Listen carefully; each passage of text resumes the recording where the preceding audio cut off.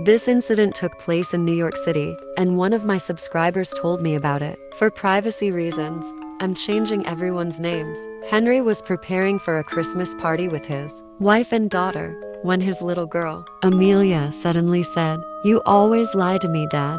Henry's wife immediately stepped in. "Sweetie, that's not a nice thing to say." Henry knelt down and asked, "What did I lie to you about?" Amelia answered, "You always say Santa comes every year to give gifts to all children, but I've never actually seen Santa." Henry replied, "Every time you wake up, you find a gift under your pillow, right? Santa leaves it there during the night." Amelia crossed her arms. "If that's true, then tonight I'll stay up all night. I want to take my gift directly from Santa." A little while later, Henry's friend Oliver arrived with his son, who was also Amelia's friend. Amelia told him excitedly, "Tonight, neither of us will sleep. We're going to take our gifts from Santa himself." More guests soon arrived, and the Christmas party officially began. During the party, a man dressed as Santa was entertaining the children. Henry asked his wife, "Who is that Santa? Did you invite him?" She shook her head. "No, I didn't call anyone. Maybe some relative dressed up to surprise the kids." Santa was standing right next to Amelia and Oliver's son, and both kids were delighted. But then, suddenly, Santa's face twisted into something horrifying. Amelia and the other children screamed. The entire venue went dark.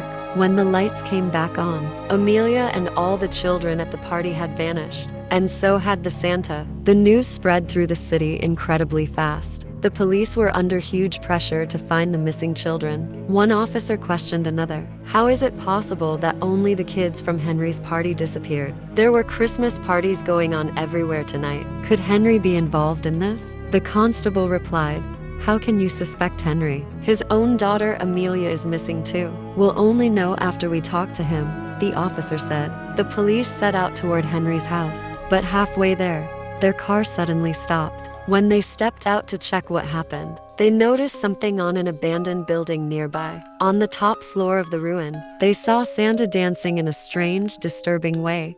Before they could react, Santa vanished. The officers rushed into the building, but what they found inside was horrifying. The bodies of all the missing children were lying there. 2 of them had been decapitated, their heads hanging from the ceiling. The children's parents were called immediately. When Henry and Oliver arrived, they were shattered because the 2 decapitated children were their own. Henry broke down. "My daughter was so innocent. She never hurt anyone. Why did this happen to her?" He turned to the officer and shouted, "Why are you just standing there? Find the monster who did this to my child." The officer hesitated. "You might find this strange, but when our car broke down, I saw Santa dancing on top of this building. But when we checked inside, he wasn't there anymore." The moment he finished speaking, thick smoke filled the room. As it cleared, Santa stood right in front of them, and in an instant, Santa transformed into an old man. The moment Henry and Oliver saw him, a memory from 10 years ago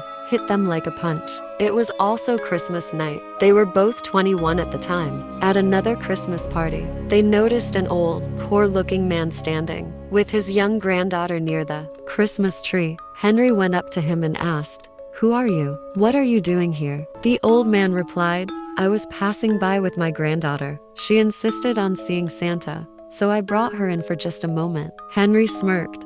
"I know a place with an even better Christmas party. Come on, I'll take you there." Henry and Oliver drove the old man and his granddaughter to a deserted, ruined building surrounded by darkness and trees. The old man grew uneasy. "Why have you brought us here? There's no party here." Henry sneered. "This is exactly the kind of place people like you belong in, not at fancy parties." Before the old man could respond, Henry shoved him. He fell straight off the ruin and died. Seeing her grandfather fall, the little girl panicked and ran only to trip on a rock and fall off the edge as well. Oliver shouted, "Henry, what have you done?" Henry stuttered, "I didn't mean to. I just pushed him. It's good the girl died too, or she would have told everyone." They returned to their party like nothing happened. Back in the present, Henry and Oliver snapped out of the memory. But before either could speak, Santa the old man swung his arm and decapitated both of them. "If you commit a sin," he growled. You will receive its punishment whether today or 10 years later, unless you seek forgiveness. If you're watching this video before Christmas, Merry Christmas in advance. And if you're watching it afterward, tell me in the comments what date you saw it. Also tell me, what is the biggest mistake you've ever made in life?